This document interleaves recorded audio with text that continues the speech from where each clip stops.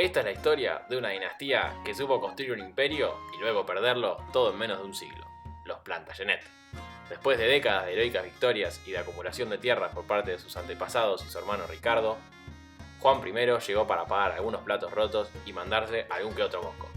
Pero como sabemos que nada sucede de casualidad, hablemos de la intrincada novela que protagonizaron los diversos miembros de la familia Plantagenet. Empezamos con Juan I, apodado por sus íntimos como el Sin Tierra, el protagonista de esta historia. Luego está su hermano Ricardo II, conocido también como Ricardito Corazón de León, por ser valiente y estar siempre dispuesto a un combate justo, como la vez que masacró a 2.500 mujeres y niños musulmanes en Acre. Por otro lado, está Enrique II, el pater familia que siempre anduvo perseguido de que su hijo Ricardo le venía a serruchar el piso. Su esposa Leonora, la mamá de Juan y Ricardo, una señora re picante, tremenda diplomática, sumamente formada y bien longeva. Además, esta historia cuenta con algunos personajes secundarios muy relevantes, como por ejemplo el Papa Inocencio III, como el líder eclesiástico del momento que se la hizo pasar re mal a Juan y que al final de la historia siempre salió ganando.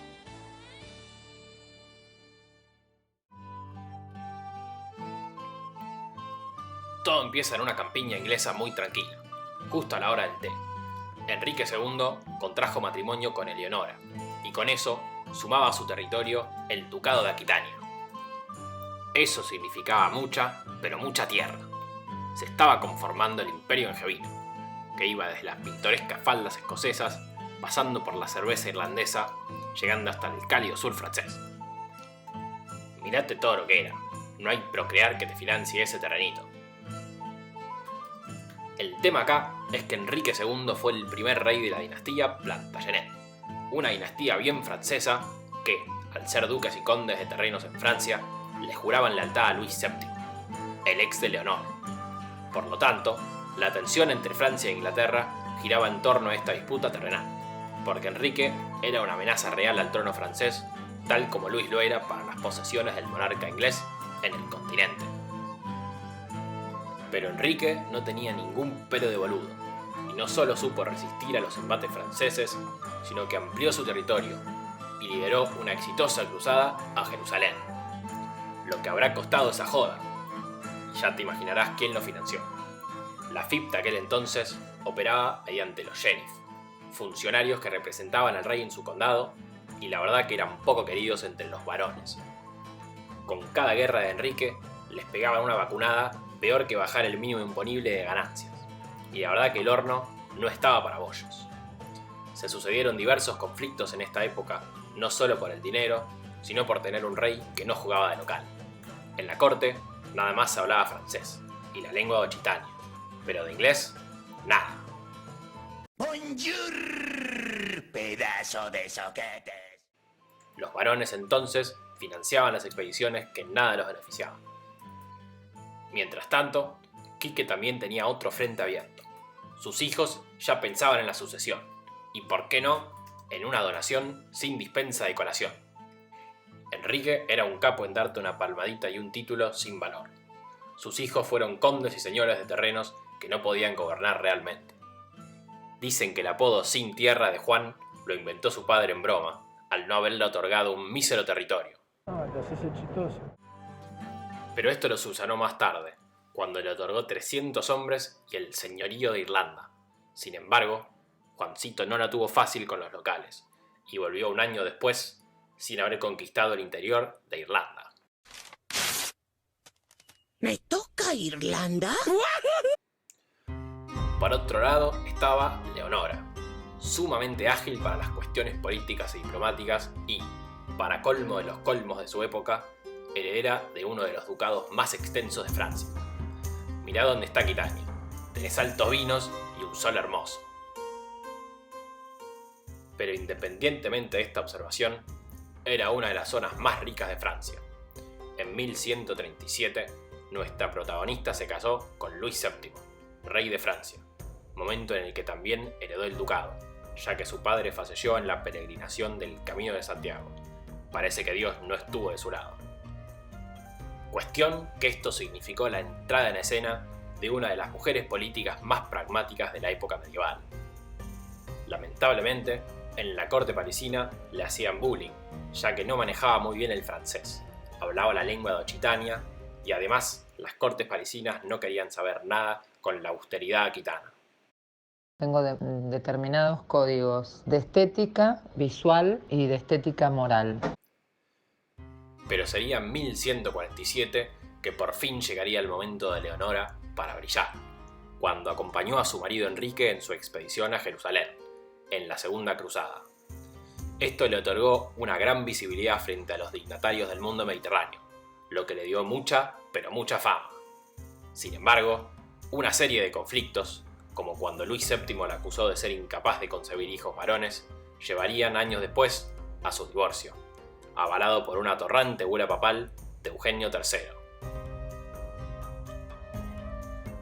Esto dejó a Leonora en un estado de absoluta libertad, ya que era una mujer rica, sin marido y un bruto título nobiliario.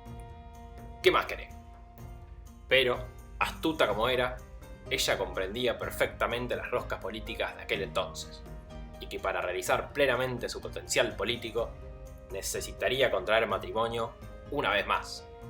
Así las cosas, entra el conde de Anjou y duque de Normandía, ni más ni menos que el mismísimo Quique, Enrique II. En 1152 se casan y tienen 8 hijos, 5 de ellos varones, quienes llenaron el hogar de incontables peleas internas, aunque debe decirse, nada comparado con la de sus progenitores. El tema es que Ricardito, allá por 1173, a la tierna edad de 15 años, tenía el ducado de Aquitania, un regalo de su mamá. How many are there? 36. Counted them myself. 36, but last year I had 37. Y juntos complotaron contra Quique para arrebatarle la corona.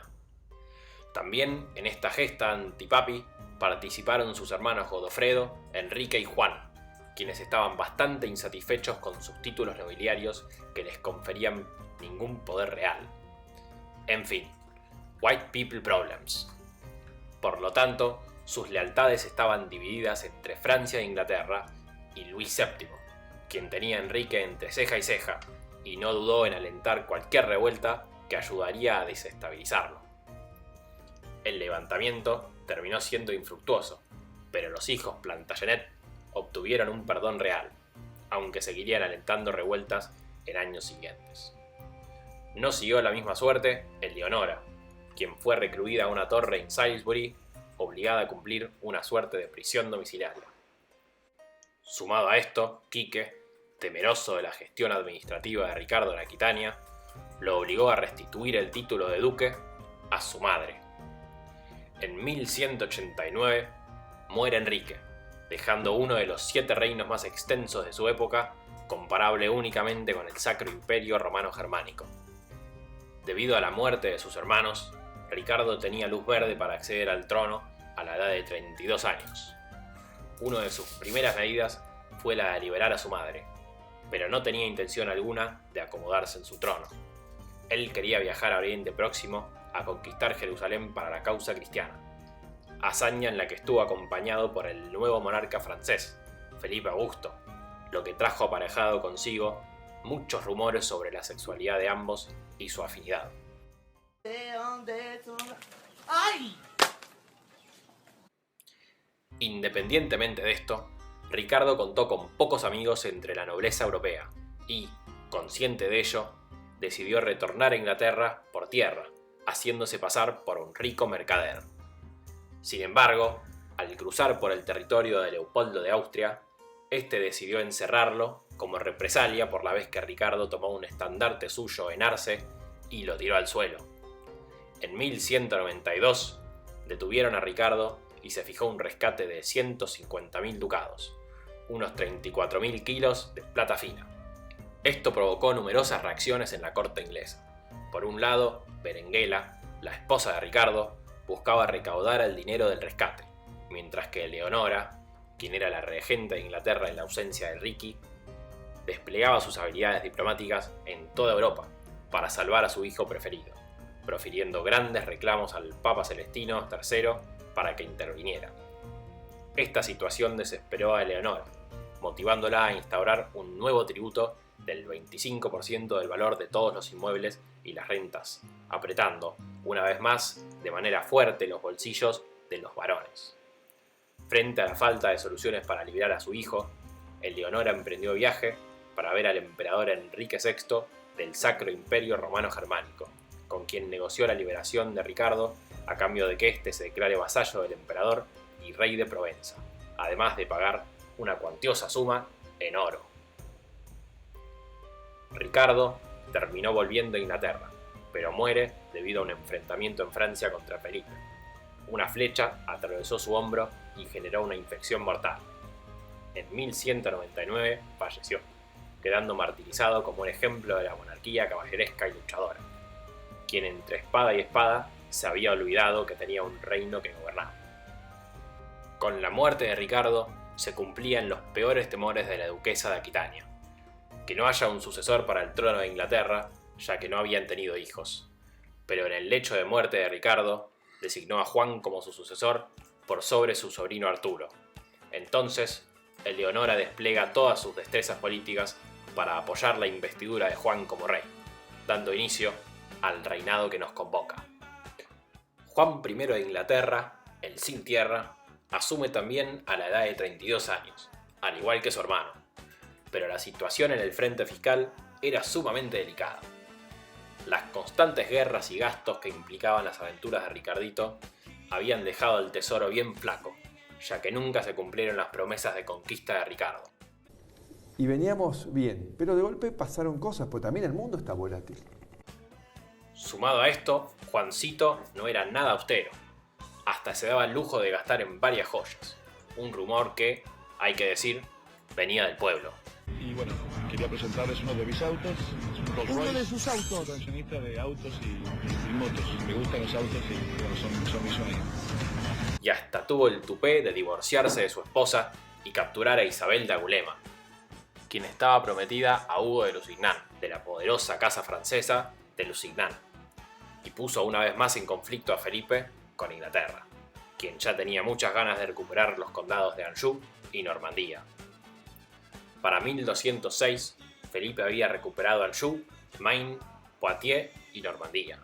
Todas estas derrotas obligaron a Juan a instalarse más permanentemente en Inglaterra, lo que indefectiblemente lo convirtió en el primer Plantagenet en dominar el inglés de manera fluida. This is my opportunity to show my singing and dancing skills. Este hecho implicó una fuerte presencia de la administración en cuestiones locales, mayor presión fiscal e interferencia en los privilegios de los nobles. Pero otro conflicto interno traería repercusiones internacionales. En 1205 muere Hubert Walter, arzobispo de Canterbury, quien conducía la iglesia en Inglaterra, y Juan eligió a su sucesor. El Papa Inocencio III no estuvo nada contento con su elección, ya que consideraba esta una tarea propia del vicario de Cristo, aunque de ser honestos, lo que en verdad quería era un buen espía en la corte inglesa. Esto lo llevaría a excomulgar a Juan en 1209 y hasta a convocar una cruzada contra Inglaterra. Sí, la escuchaste bien, una cruzada para darle duro a todos estos piratas paganos. El que vio esto como una jugosa oportunidad fue Felipe de Francia, quien ya hace rato venía hinchando las pelotas a Juan. Así las cosas, a Juan no le queda otra que aceptar al obispo del Papa, Peter Langton, y jurar vasallaje al Vaticano en 1213. En estos años, además, pasaron una bocha de otras cosas. El sin tierra destinó recursos para cruzar el canal, dar frente al rey francés y defender sus dominios. No hay que aclarar que no le sirvió de mucho. Esto implicó aún más muertes y más impuestos, en un reino que ya se sentía asfixiado. Dicen, ¡queremos flan! ¡Queremos flan, papá! Los varones veían con poco agrado cómo la historia se repetía. En 1214, a Juan se le pudrió el rancho. Los varones del norte estaban del orto por todas las deudas que tenía con la corona. La guerra con Francia les parecía un hecho ajeno y sumamente oneroso, y, para colmo, Juan había designado un justiciar para el norte, quien era de origen francés, un extranjero desagradable para estos varones. Cuestión que todos se pusieron de acuerdo y empezaron una larga marcha al sur hasta llegar a Londres, la que fue sitiada. Sin mucha salida, y para ganar un poco de tiempo, se reúne Juan con los varones en un concilio mediado por Langton. Sin muchas fichas para negociar, a Juan no le queda otra que conceder las condiciones de los varones: menos impuestos, garantías penales, resguardos a su propiedad, lo que te imagines. Así, en la primavera de 1215, se firma nuestra tan mencionada Magna Carta, o, como la conocemos nosotros, la Carta de Juan sin tierra. Aunque del gusto de Juan no tenía nada. Muchos autores creen que esta carta era una especie de constitución, y hasta algunos flashean que por poco estaba Alberdi entre los varones. Nada más lejos de la realidad.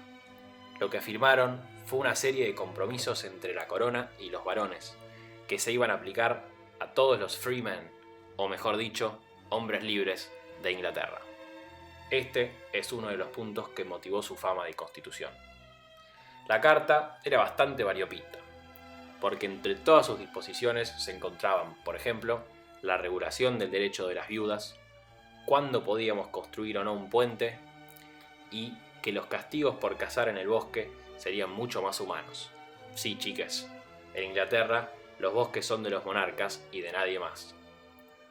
Por otro lado, se estableció una sede permanente para el Common Pleas, la jurisdicción encargada de aplicar el derecho privado consuetudinario en Westminster, por lo que ya no habría que seguir los desplazamientos de la corte del rey cada vez que querías renegociar tu contrato de alquiler. Y como última rareza, podemos mencionar que desde la firma de la carta, ningún hombre podía ser detenido o encarcelado por la acusación de una mujer. El paraíso de Olmedo. Ahora yendo a lo serio, lo que realmente trascendió en la historia sobre esta carta fueron las garantías procesales allí consagradas. Por ejemplo, que ningún hombre libre podría ser sometido, detenido, encarcelado o destruido de cualquier manera, excepto por el juicio legal de sus pares, conforme a las leyes del país. Pero la cláusula más expresiva de la revolución nobiliaria y antimonárquica que significó la carta es su última parte. Se elaboró un mecanismo de garantía y cumplimiento de la carta que consistía en la elección de 25 varones que conformarían un consejo con el propósito de velar por el cumplimiento de la carta. Una suerte de control de constitucionalidad. Cualquier violación podría ser denunciada ante el rey o su ministro de justicia, con el beneplácito de 4 varones. Por si esos 4 varones no obtenían respuesta, podían apelar a un consejo de los 25, que podían hacer todo lo posible, sí, todo lo posible, para que se cumpliera la carta. Esto demostraba su falta de confianza en Juancito. Entonces, ¿cuál es el efecto que esta carta tuvo sobre el futuro? La verdad que en el futuro cercano, ninguno. Juan no tenía ninguna motivación de cumplir lo allí firmado y por lo tanto tuvo la inestimable ayuda de Inocencio III, quien la consideró una usurpación del poder del rey y la declaró para siempre nula e inaplicable. Qué suerte tener la virome celestial de tu lado. Pero en realidad lo que pasó fue que en 1213, cuando Juan se hacía el picante con Inocencio, se declaró al Papa señor feudal de Inglaterra. Es decir, que la carta interfería directamente con las atribuciones que tenía el vicario de Cristo. Luego de esto, los varones, recalientes por el incumplimiento de Juan, se ponen a disposición de Felipe, quien no duda en armarse y cruzar el canal para obtener así una victoria contundente y lograr poner a su heredero al frente de Inglaterra. Juan muere escapando de las invasiones un 18 o 19 de octubre de 1216, luego de haber perdido el tesoro real que le acompañaba como equipaje en su campaña, hundido en algún pantano de Walsh, lo que contribuyó a su imagen de codicioso. Así termina y concluye un periodo de escasa notoriedad continental, pero de profundas consecuencias jurídicas y filosóficas para el futuro. Se abría la ventanita dentro de la cárcel medieval occidental para discutir de dónde venía el poder y cómo regularlo. Dio inicio, tal vez, a una serie de sucesos inimaginables para sus contemporáneos, que impactarían a la humanidad hasta el día de hoy. Get your money, man. Life goes on. Let's hope. Yes, I am hopeful. hopeful for today. Take this music and use it. Let it take you away and be hopeful, hopeful, and he'll make a way. I know it ain't easy, but that's okay.